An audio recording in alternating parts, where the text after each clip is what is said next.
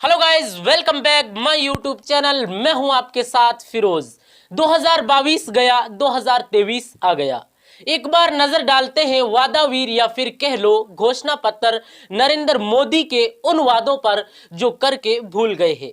जिन गंगा नदी ने नरेंद्र मोदी को न्योता देकर बुलवाया था और उनको साफ करने के लिए बड़ी बड़ी बातें की गई। 2014 से लेकर अब तक साल के साल साफ हो गए, यहां तक कि तिजोरियां साफ हो गई, लेकिन अभी तक गंगा नदी साफ नहीं हुई। ये गंगा कैसे मैली हो सकती है। मैं यहां शासक के रूप में नहीं, सेवक के रूप में आया हूं भाइयों। और अभी अभी आपने एक फिल्म देखी, साबरमती को हमने कैसे बदल दिया है। हमने आपको दिखाया गंगा भी बदल सकते हैं। जब इन मुद्दों पर सवाल पूछने का नंबर आता है तो आप लोगों को हिंदू मुसलमान की लॉलीपॉप पकड़ा दी जाती है और आप लोग मासूम बच्चे की तरह लॉलीपॉप चूसने लग जाते हैं। फिलहाल गलती आपकी नहीं है। मोदी जी, साबरमती तो आपने साफ कर दी, लेकिन गंगा नदी को आप लोग इस तरह कह सकते हैं कि बीरबल की खिचड़ी क्यों बना रहे हो। गंगा नदी को भी साफ कर दीजिए या फिर साबरमती को भी आप लोगों ने इस तरह साफ किया होगा। खैर छोड़ो, चलते हैं नई घोषणा की तरफ। हम कह सकते हैं कि घोषणाओं की यहां पर कोई कमी नहीं है। 2023 में मोदी जी का पक्के घर वाला वादा भी झूठा साबित हो चुका है। और ये मोदी है, ये चौकीदार है। 2022 तक हर किसी को पक्का घर देकर के ही सांस लेने वाला है। मिला क्या आपको पक्का घर? प्रधानमंत्री तो पक्का घर दिलवा कर ही चैन की सांस ले पाएंगे। खैर ना मिला हो तो मैं आप लोगों को याद दिलवा देता हूं। 2011 की जनगणना के अनुसार भारत में 17.72 लाख लोग बेघर यानी बेघर भटक रहे हैं। और आपकी जानकारी के लिए बता दूं कि कच्चे घर और छप्पर वाले घरों के हर गांव में अंबार है। प्रधानमंत्री की घोषणा के अनुसार 2022 में हर किसी के पास पक्का घर होना चाहिए, लेकिन ये बात भी बिल्कुल बकलोल ही निकली।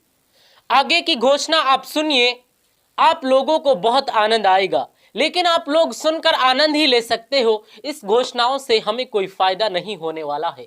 5 साल में 5 ट्रिलियन इकोनॉमी करने वाले थे कि आने वाले 5 वर्षों में हम अपनी इकोनॉमी के साइज को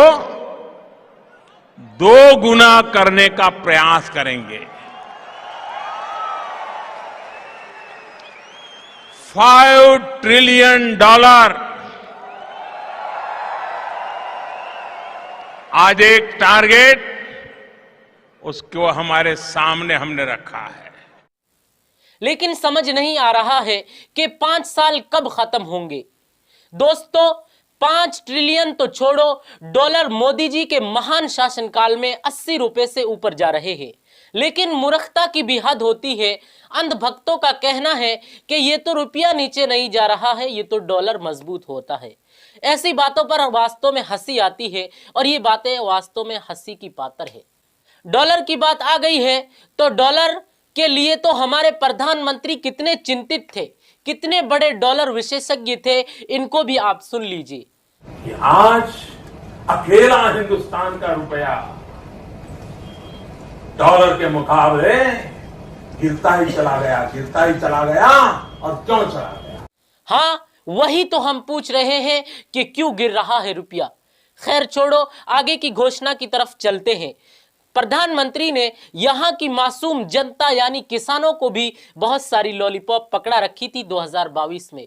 इनका कहना यह था कि 2022 में हम किसानों की आय को डबल कर रहे हैं, इसके लिए मेहनत कर रहे हैं, लेकिन ये मेहनत भी नाकाम रही। किसानों की आय डबल के बजाय सिंगल थी, उसमें से भी आधी होती जा रही है। इस प्रधानमंत्री को भी आप लोग सुनिएगा। साल 2022 तक किसान अपनी आय दोगुनी करने के साधन जुटा सके, इसके लिए हम दिन रात जुटे हुए हैं। जी हां, आप लोग सुनकर इसको पक चुके होंगे। अगर हम इनकी घोषणाओं के ऊपर चर्चा करते रहे तो 2023 भी चला जाएगा, इनकी घोषणाएं नहीं खत्म होगी। फिलहाल हम इस वीडियो को यहीं पर एंड करते हैं, मिलते हैं कोई नए एपिसोड के साथ, तब तक के लिए जय हिंद।